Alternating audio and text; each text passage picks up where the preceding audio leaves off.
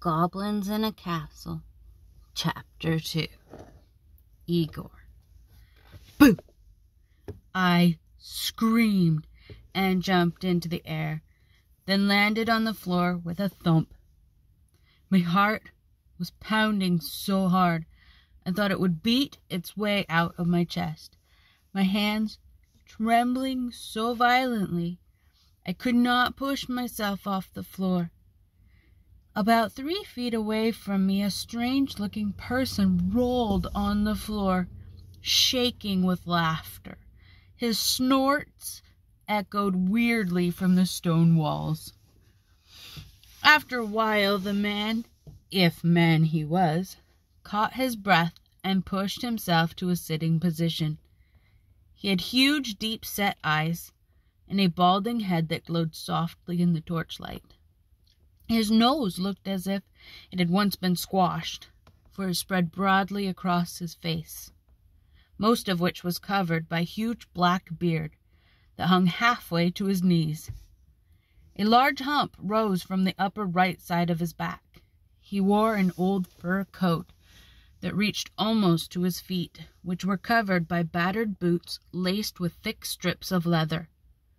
Next to him lay a lumpy brown something. Still chuckling, he pointed at me and said, "Good joke on you, boy." His voice was low and gravelly. "Good joke on you, boy." I pushed myself to my knees. "Who are you?" I asked. "What are you doing here?" The stranger stopped snorting. "Me Igor. Igor live here. Igor always live here." "What do you mean, always? I've lived here for 11 years, and I've never seen you." He smiled, displaying a set of crooked yellow teeth. "You are baby in this castle. Igor been here for more than—" He stopped and began to count on his fingers. Finally, he looked up and said, "More than 600 years. It was my turn to snort. "No one has lived anywhere for 600 years. People die before they get that old." Igor shrugged, causing his hump to shift like someone rolling under a blanket. Igor done that before. Not much fun. Grabbing one of the thick, rusty chains that hung from the wall, he pulled himself to his feet. The hump caused him to stoop, so he was only a little taller than me. Reaching down, he picked up the brown something that had been lying beside him. "What's that?" I asked, climbing to my feet as well. "Igor's bear," he replied, swinging it through the air and whacking me on the head. "Hey!" I yelled, expecting it to hurt. It didn't. Whatever this bear was, it was soft. "See?" said Igor proudly. "Bear good for bopping." "Can I look at it?" I asked, holding out my hands. Igor stared at me. "No bopping," he warned. I shook my head.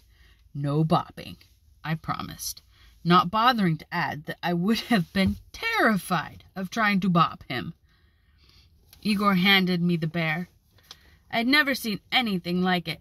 Between 2 and 3 feet high, it was made of fur sewn together with crude stitches and stuffed with something soft. It was like a doll, only shaped like a bear instead of a human. "Where did you get this?" "Made it," said Igor, reaching out to take it back. I let go reluctantly. The bear was nice to hold.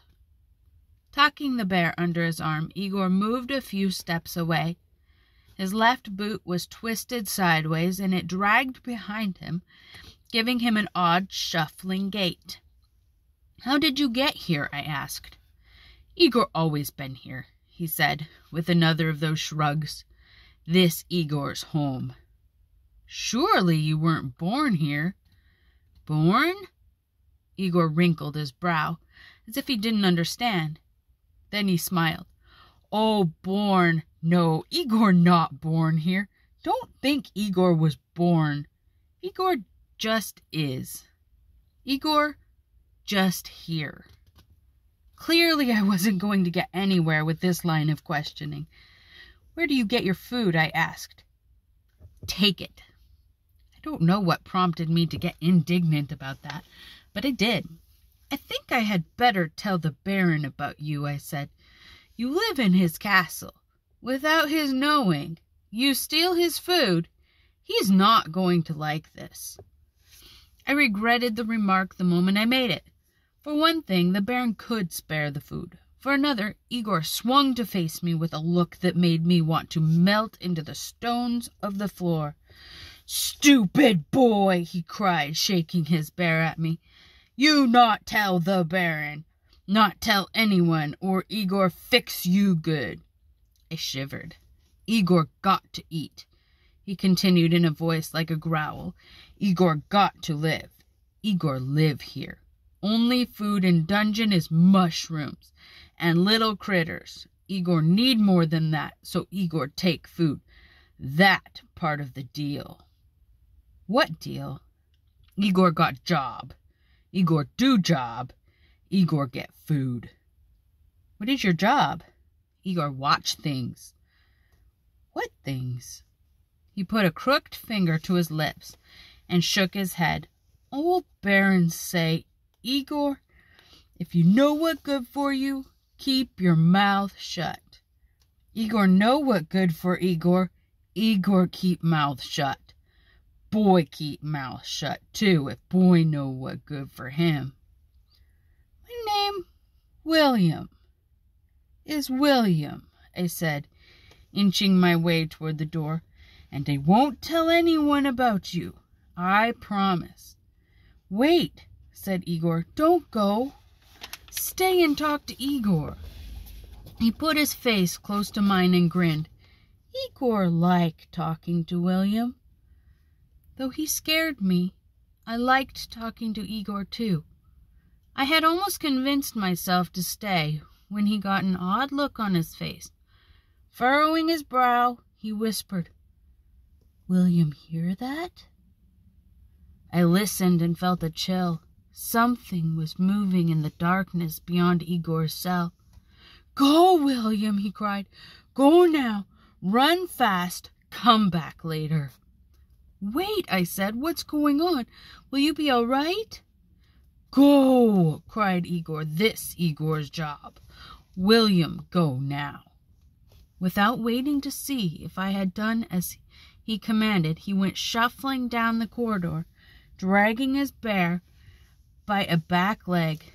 Soon he had disappeared in the darkness.